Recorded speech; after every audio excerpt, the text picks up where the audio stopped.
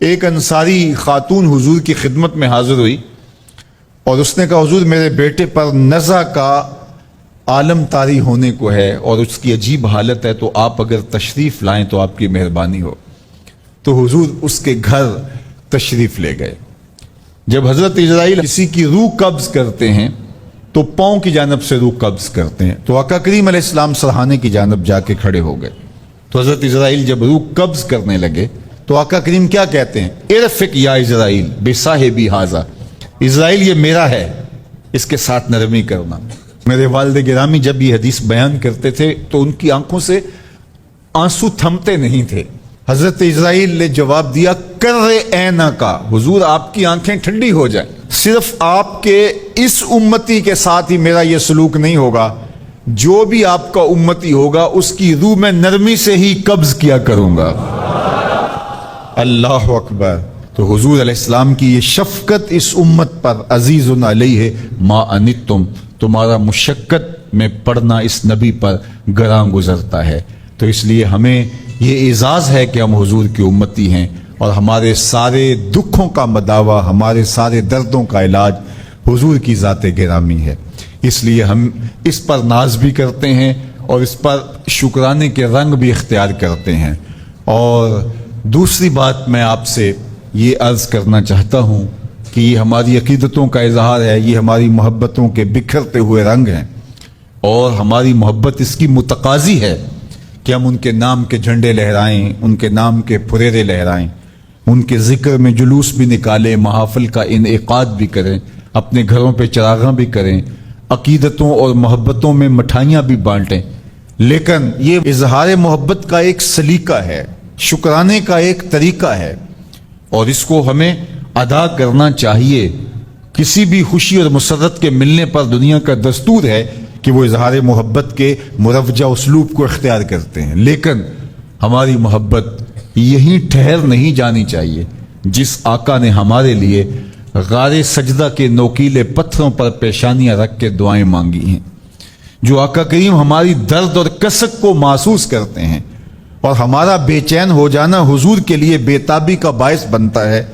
کیا اس آقا کے لیے ہم صرف ایک دن کا میلاد کر کے یا ایک مہینے کی محافل کا انعقاد کر کے پھر اپنے گھر میں بیٹھ جائیں گے، اپنی خواہش کی زندگی گزاریں گے؟ یا اس آقا و مولا کا ہمارے اوپر حق ہے کہ ہم اپنی ساری زندگی اس آقا کے نام لگا دیں گے؟ تو آپ کا چراغاں صرف بنیروں پہ نہ رہے، کوئی دیا لے کے دل کی تاریک گلیوں میں بھی آئیں اور یہاں بھی چراغ روشن کریں۔ آپ نے جھنڈیاں لگائیں، گھروں کو سجایا اور جو ہے وہ گلیاں صاف کر دیں کہ حضور کے میلاد کا یوم سعید ہے، تو بازار بھی سج گئے، گلیاں بھی سج گئیں۔ تو کہیں ایسا نہ ہو حسد، بغض، کینے اور نفرت کے کوڑے کباڑ کے ڈھیر ہمارے دلوں میں پڑے رہیں۔ کوئی جھاڑو لے کے دل نگر میں بھی آئیں اور دل نگر کی بھی صفائی کریں، اندر بھی صاف ہو، تمہارا ظاہر بھی صاف ہو، تمہاری گلیاں بھی صاف ہوں، دل کی گلیاں بھی شفاف ہوں، تمہارے بنیروں پر بھی چراغاں ہو، دل کی گلیوں کے اندر بھی حضور کی محبت کا چراغاں ہو، تو ظاہر بھی ستھرا اور باطن بھی ستھرا، پھر حضور کے نام پر اپنی پوری زندگی گزار دینے کا عزم کیجئے۔ آج کا دن تجدید عہد کا دن ہے، ہم اپنے آقا و مولا سے آج عہد کریں، حضور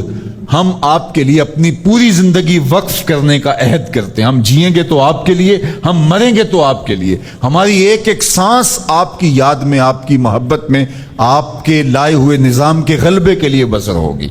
تو اگر ہم یہ عزم کرتے ہیں تو کس قدر حضور کی خوشنودی کا باعث ہوگا۔ تو اپنے میلاد کو ایک دن پر محدود نہ کیجئے، چند لمحوں اور چند ساعتوں پر جز وقتی محبت سے اپنے آپ کو مطمئن نہ کر لیجئے،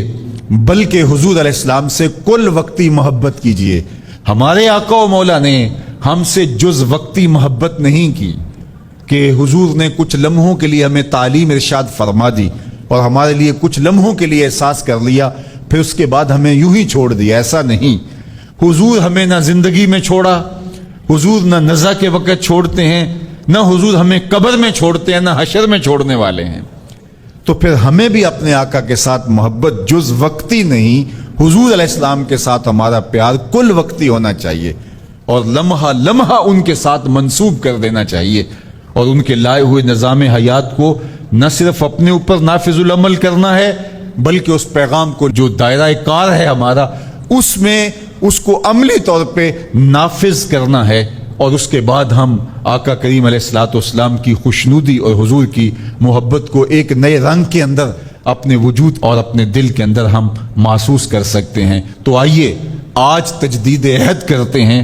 وعدہ کریں اپنے آقا و مولا سے کہ حضور باقی زندگی ہماری ماضی کی جو بیت گئی سو بیت گئی، ہم نے درود و سلام کے ماحول میں، ہم نے نعت کے نغمات کے اس ماحول کے اندر آپ کی محبت کو اپنے سینے میں فراواں پایا ہے، اور ہم اس محبت کو جز وقتی محبت نہیں بنانا چاہتے بلکہ کل وقتی محبت کی صورت کے اندر ہم اس محبت کو ڈھالنا چاہتے ہیں۔ تو ہم عہد کرتے ہیں کہ ہم اپنی ساری زندگی آپ کے نام لگاتے ہیں۔